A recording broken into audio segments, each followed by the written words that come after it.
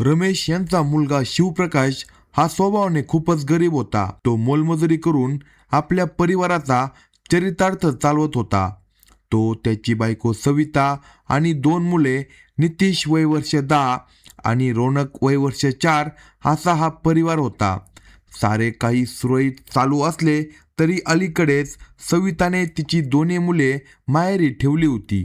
तिचे आई वडील आता त्या मुलांचा सांभाळ करत होते. पण लहान मुलांना आपल्यापासून वेगळे ठेवायला, तिच्या माहेरी ठेवायला नवरा शिवप्रकाशचा विरोध होता. आपण आपल्या मुलांना पाहुण्यांकडे का ठेवायचे असे तो म्हणत असायचा. मी सकाळी गेलो की संध्याकाळीच घरी येतो. तू दिवसभर घरात एकटीच असते. मग मुलांना सांभाळायला काय होते? तू दिवसभर काय करते? असे तो रागाने विचारत होता. पण ती काही बोलत नव्हती. ती नवऱ्याला काही उत्तर देत नव्हती. त्याचे कारणही तसेच होते. सविता अवघी तिशीची झाली होती. 4-चौघीत ती उठून दिसणारी होती. लग्नानंतर तिचे शरीर चांगलेच भरले होते. 2 मुले झाल्यानंतर तर तिच्या शरीरावर मांस वाढत गेले होते. अंगाने ती भरत निघाली होती.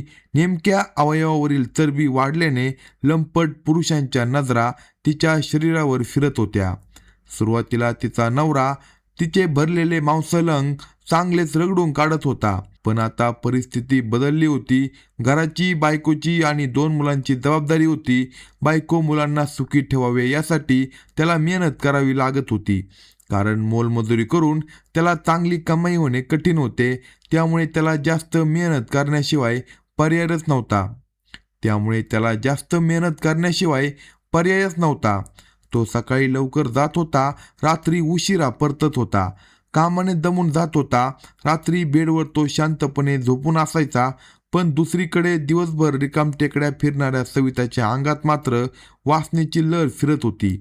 नवऱ्याने शरीर सुख द्यावे अशी तिची इच्छा असायची. तोही तिच्याशी प्रणय करायचा, पण त्याने तिचे मन भरत नव्हते. ती भुकेलेली होती.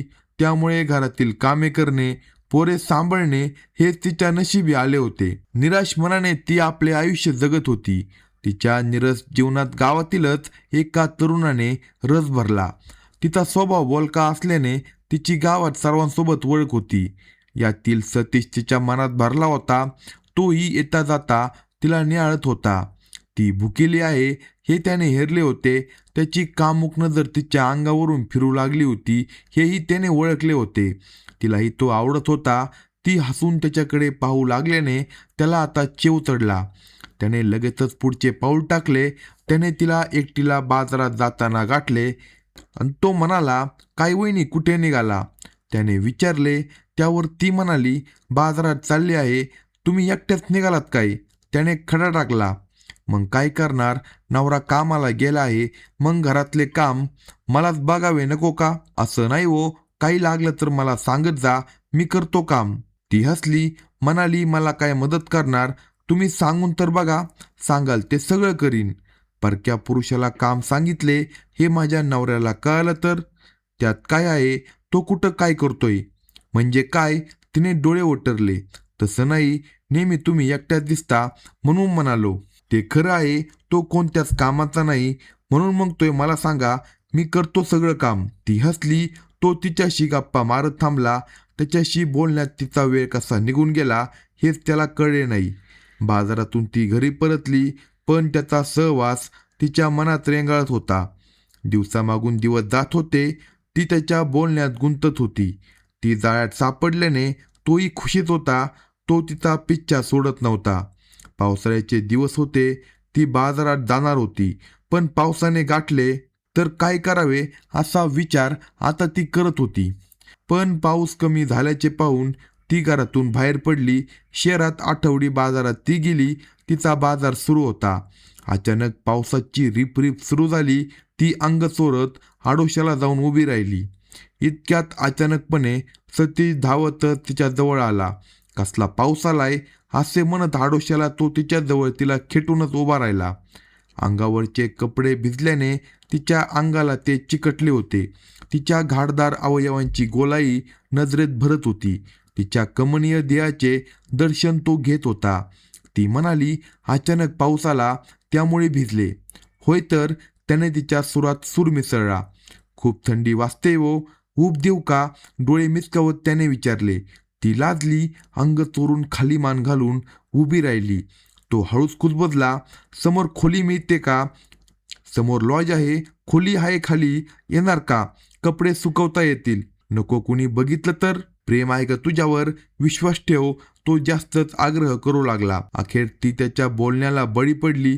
तिने होकार दिला तसा तो तिला घेऊन समोरच्याच लॉजवर गेला. तिथे त्याने रजिस्टरला नवरा बायको अशी नोंद केली. रूममध्ये तिने पाऊल टाकले आणि तिच्या छातीत धडधडू लागले. एखाद्या लॉजवर जाण्याची ही तिची पहिलीच वेळ होती. त्यातच सोबतीला परका पुरुष होता. ती मनातून घाबरली होती, पण भीतीवर वासनेने मात केली होती. तिला आवडलेला पुरुष आता तिच्या सोबतच होता. जी स्वप्ने तिने पाहिली होती ती पुरी करण्याकडे टाकलेले हे पहिले पाऊल होते. त्याने सगळा अंदाज घेतला. ती बेडलगत उभी होती. साडीचा पदर बाजूला झाला होता. तो जवळ आला तरी तिने पदर सावरला नाही. तो म्हणाला, कपडे भिजलेत, काढ ना. बाजूला सुकत घालू. त्याच्या समोरच ती ब्लाऊज अंगातून काढू लागली. त्याची कानशिलं तापू लागली. तिने ब्लाऊज बाजूला केला आणि तिचे गोलाकार स्तन मोकळे झाले. त्याचा श्वासोश्वास वाढू लागला. तिने ब्लाऊज त्याच्या हातात दिले. त्याने ते बाजूच्या टेबलवर ठेवले. ती त्याच्या नजरेला नजर भिडवत आव्हान देत होती. त्याच्यातील पुरुष आता जागा झाला होता. तो एका क्षणात तिच्या जवळ पोचला. दुसऱ्या क्षणी तिला त्याने मिठीत आवळले. दोघांनाही घाई झालेली. त्याने तिच्या साडीत हात घातला. काही वेळातच त्याने तिची साडी बाजूला काढून फेकली. आता ती पूर्ण नग्न अवस्थेत त्याच्या मिठीत होती. तिचे ते मोठे स्तन कुस्करत त्याने तिला बेडवर झोपवले. तिच्यावर चुंबनांचा वर्षाव सुरू केला. तिच्या मांसल शरीराची तो चुंबने घेऊ लागला. पाहता पाहता त्याने आपलेही कपडे उतरवले. एक तरणताट पुरुष तिच्यासमोर नागवा उभा होता. तिचा संयम सुटला. एका परक्या तरुणाच्या मिठीत सविता आवळू लागली होती. तो पिसाटल्यासारखा तिच्या शरीरावर चुंबनाचा वर्षाव करत होता. स्नानांसोबत खेळत होता. भिजलेल्या अंगातील थंडी आता अचानक गायब झाली होती. तिचे अंग तापू लागले होते. तिच्या गरम श्वासाने तो अधीर झाला. पाहता पाहता तिला बाजूच्या खाटेवर झोपून तो तिच्यावर स्वार झाला. इतका रानटी अनुभव ती पहिल्यांदाच घेत होती. किती घाई होती त्याला. इतक्या घाईतही तो तिच्याशी एकरूप झाला होता. तिच्या शरीरात वासनेचा आगडोंब उसळला. बाहेर पाऊस कोसळत होता आणि आत ती परपुरुषाबरोबर समागम करत होती. तिचा भडकलेला कामाग्नी त्याने प्रेमरसाने शांत केला. पण ही आग विझण्यासारखीच नव्हती. वारंवार आगीचा भडका उडत होता आणि तो आग शमवण्यासाठी हजर होता. आता ती सुखात होती. तिला आता सतीशकडून मिळणारे जोरदार सुख हवे होते. तो ऑटो चालक असल्याने त्याच्या कामाची काही वेळ नव्हती. त्यामुळे ती एकटी असताना तो हजर होत होता. नवरा कामावर गेला असताना ती त्याला बोलून घेत होती. या सुखात मुलांचा अडसर नको म्हणून तिने मुलांना माहेरी पाठवून दिले होते. त्यामुळे तिला कोणत्याही अडथळ्याशिवाय दिवसभर मनसोक्त कामक्रीडा करता येत होती. तेही कोणत्या तोंडाने नवऱ्याला सांगणार होती. आपली मुले बायकोने माहेरी ठेवली याचा शिवप्रकाशला राग होता. त्यामुळे मुलांची आठवण आली की तो सवितासोबत भांडत होता. ती काहीच बोलत नव्हती. दुसरीकडे तिचा प्रियकर सतीश आता रोजच घरी येऊ लागला होता. दिवसभर तो तिच्याजवळ थांबत होता. भर दिवसा दरवाजा बंद करून सविता ऑटोवाल्यासोबत घरातच असते हे शेजारी पाजाऱ्यांच्या नजरेत आले होते. त्यातून त्या दोघांतील अनैतिक संबंधाची चर्चा रंगू लागली. ही चर्चा शिवप्रकाशच्या कानावर गेली तेव्हा त्याच्या मनात संशयाने घर केले. लोक म्हणतात ते खरेच असावे. आपण तर दिवसभर घरात नसतो. मुलांनाही तिने माहेरी नेऊन ठेवले आहे. याचा अर्थ ती प्रियकरासोबत मजा मारण्यासाठी तिने हे सगळे केले असावे असा त्याचा समज पक्का झाला. तो या संशयातून तो तिच्यावर पाळत ठेवून होता आणि एक दिवस त्याचा संशय खरा असल्याची खात्री पटली. त्याने सतीशला घरात आलेले पाहिले. मी घरात नसताना तू माझ्या घरात आलास असे विचारत त्याने भांडणही काढले. तेव्हा सतीश काही बाई कारण सांगून सटकला. त्यानंतर शिवप्रकाशने बायको सविताला चांगलेच फैलावर घेतले. त्यावेळी तिला गप्प राहण्यावाचून पर्याय नव्हता. पण त्याने आपल्याला आता रंग्यात पकडले. आता काय करावे असा प्रश्न तिच्या समोर होता. तिला आता नवऱ्यासोबत राहण्यापेक्षा प्रियकराकडे जाणेच योग्य वाटत होते. तर दुसरीकडे राग निवळल्यानंतर शिवप्रकाशने सविताची समजूत काढली. आपला संसार आहे, लहान मुले आहे, सगळ्यांचा विचार कर आणि सगळे विसरून जा, पुन्हा अशी चूक करू नको असे त्याने सांगितले. तिने तेवढ्यापुरतीच मान डोलवली, पण तिच्या मनात वेगळेच होते. तिकडे तिचा प्रियकर तिच्यासाठी तडफडत होता.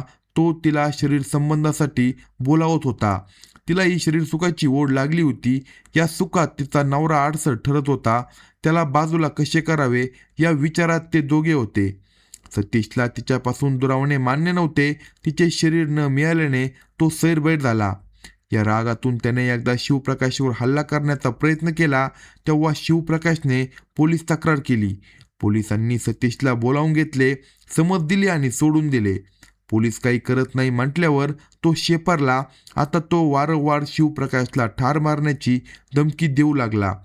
सविताने देखील नवऱ्याचा काटा काढायला प्रियकराला सांगितले होते. यामध्ये सविताची बहीणही सामील झाली होती.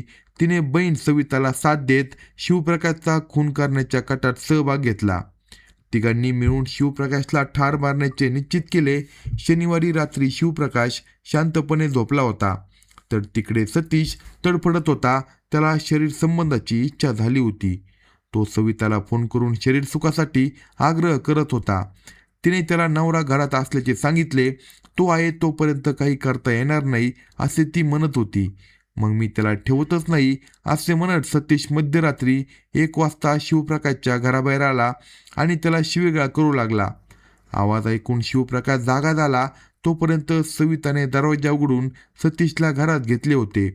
तो थेट शिवप्रकाश झोपला होता तिथे आला. सतीशने त्याला धरले आणि फरफटत घराबाहेर आणले. त्याच्यावर लोखंडी रॉडने हल्ला केला. तो रक्तबंबाळ झाल्यानंतर त्याने शिवप्रकाशचे केस धरले आणि काही अंतरावर फरफटत नेले. ही सगळी मारहाण त्याची बायको सविता समोरच सुरू होती, पण ती काहीच बोलली नाही. शिवप्रकाशचा मृत्यू झाल्यानंतर सतीश तिथून पसार झाला. दरम्यान या आवाजाने लोक जागे झाले होते. कुणीतरी पोलिसांना पाचारण केले. पोलिसांनी घटनास्थळी धाव घेतली. सारे सोपस्कार पार पडले आणि संशयित म्हणून आधी सविताला ताब्यात घेतले. याबाबत पोलीस निरीक्षक सुरेश सिंग यांनी सांगितले की सविताचा मोबाईल फोन शोधण्यात आला आहे. तपासात असे दिसून आले आहे की सविता आणि सतीश तासनतास फोनवर बोलत होते. कॉल डिटेल रेकॉर्डमधून महत्त्वाचे पुरावे समोर आले आहे. शनिवारी संध्याकाळी 6 वाजता सविताने आरोपीशी बोलणे केले. आरोपी व्हॉट्सअपद्वारे संवाद साधत होता. तिच्या नवऱ्याच्या विरोधानंतर सविताने सतीशसोबत बोलून हत्येचा कट रचला. सविता, तिची बहीण कविता आणि सतीश गौतम यांच्या विरुद्ध खुनाचा गुन्हा दाखल करण्यात आला आहे. सविता आणि सतीश यांना अटक करण्यात आली आहे. हत्येत वापरलेला लोखंडी रॉड देखील जप्त करण्यात आला आहे. अशाच नवनवीन क्राईम स्टोरी ऐकण्यासाठी कलम 302 या मराठी चॅनलला सबस्क्राईब करा आणि आपल्या प्रतिक्रिया कमेंट बॉक्समध्ये कळवा.